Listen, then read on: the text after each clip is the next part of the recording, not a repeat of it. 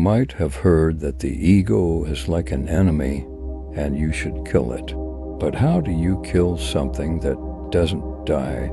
Killing the ego is a tricky topic. It means dealing with the urge to control things and also learning to control yourself from trying to control everything.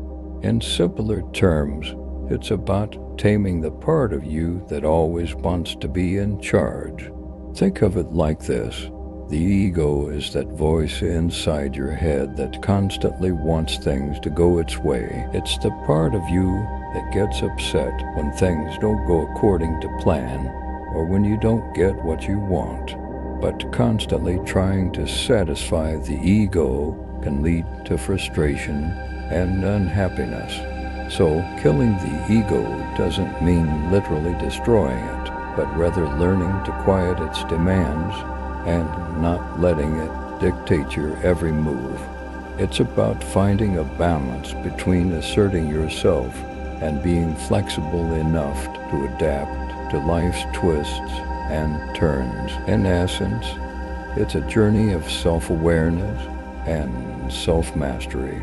By understanding the nature of your ego and learning to keep it in check, you can lead a more peaceful and fulfilling life, free from the constant need to control everything around you. The ego has 7 stages of growth. You can either become your true self or let the ego control you. Think of your true self and the ego like yin and yang.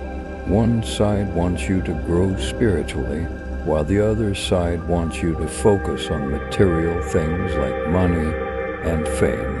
If you follow the ego, it's like making a deal with the devil. While the ego promises quick satisfaction, it often leaves you wanting more. But embracing your true self leads to lasting happiness and fulfillment. So it's up to you. Chase ego's desires or follow your heart for a meaningful life. In the first stage, your ego pushes you around, making you compare yourself to others and feel anxiety. But really, everyone is just like you, experiencing their own life journey. If someone seems better off, it's just a trick of the ego. It wants you to feel separate from everyone else, but you're not. To break free, you need to understand yourself better. Meditation helps. Let your thoughts flow without trying to stop them. That's just the ego trying to control you. Close your eyes, listen to the sounds around you, feel your heartbeat. Notice your thoughts and realize that you're the one observing them. This self-awareness practice helps you see past the tricks of the ego. Instead of trying to push away your thoughts, you learn to notice them and figure out where they come from. When you realize that you're more than just what you think and feel, you can begin to shake off the hold of the ego and live a truer life. When your ego wants to control things, just remember to be aware and not let it have its way. Once you've got that down, you'll face another part of your ego that likes to blame and causes stress and worrying. Thoughts like I should have done this or I should have done that. To deal with this, realize that you can't control everything. Trust in God and know that you're supported. Value all your experiences and don't blame yourself. Stay mindful in your daily life, really paying attention to what you're doing.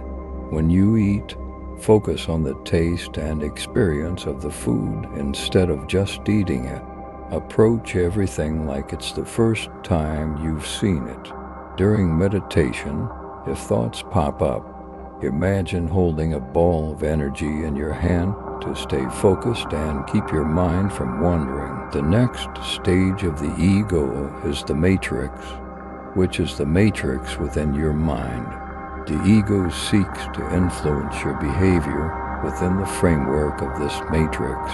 It opposes the idea of you challenging it and encourages you to accept unquestioningly what society has taught you. In this scenario, you perceive yourself as a separate entity from the universe, obediently following orders without questioning. For instance, why do you need to go to school? Why do you need someone else to be happy? Why do you need wealth to find happiness? The ego dislikes these kinds of inquiries because they undermine its control over you. However, envision discovering these answers for yourself. Doing so allows you to explore different facets of life. You break free from the rules of the ego and discover what's really important to you. It's like finding your own path instead of just following what everyone else says. And that's when you truly start to understand yourself and experience life in new ways. The fourth stage of the ego is when we start wanting to understand things better. It's like a dividing line between our ego and our true self. It's actually helped us grow a lot. It also pushes us to figure out who we really are, which is why you're here. This stage separates our ego, the part of us that's focused on our physical self, from our true self. It's fine until we start thinking we know everything or better than others. That's when we forget about being connected to everything and get lost in false ideas of being separate. Sometimes we might doubt if God is real because of what we've learned. But remember, our idea of God might not be right. Just because what we think God is doesn't match up with reality doesn't mean there isn't a God. Nothing can exist without God. The fifth stage of the ego is called the true self-ego. I've seen many spiritual folks get stuck at this stage. They start thinking they're special and have special powers like healing. They feel like they need to help others wake up spiritually because they think they're the chosen ones, but that's not right. Everyone is connected, so how can one person be more special than others when we're all really just parts of the same thing? Also, I've noticed people making a big deal about their spiritual awakening experiences and how they're different from others. But this just feeds into the ego's desire to make us think we're separate from everything else. To get through this stage well, it's important to be humble and see that everyone is equal. Real spiritual growth isn't about thinking you're better than others, but about understanding that everything is connected and accepting our place in the big picture of life.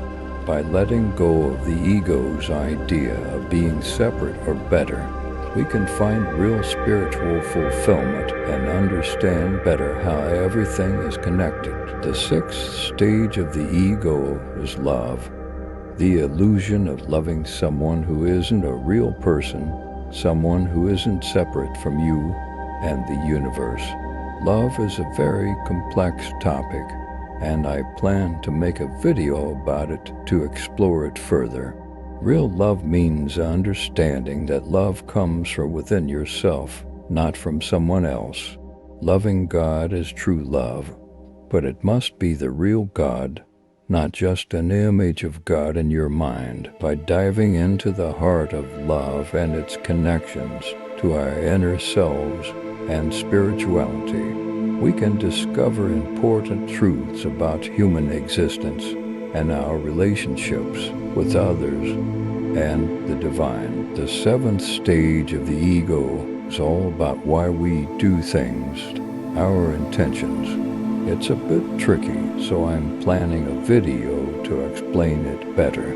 When we do stuff just to impress others or show off, that's our ego talking. It keeps us from being our true selves.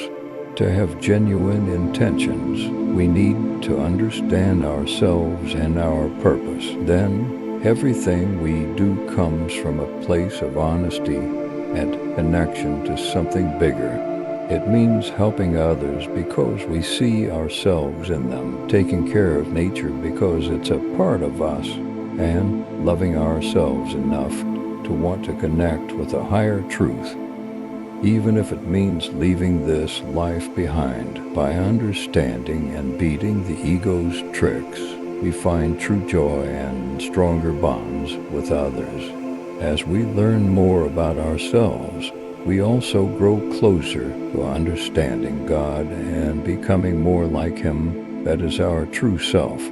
Thanks for watching. Please close your eyes and meditate while you are aware of what I said in the video for a little while.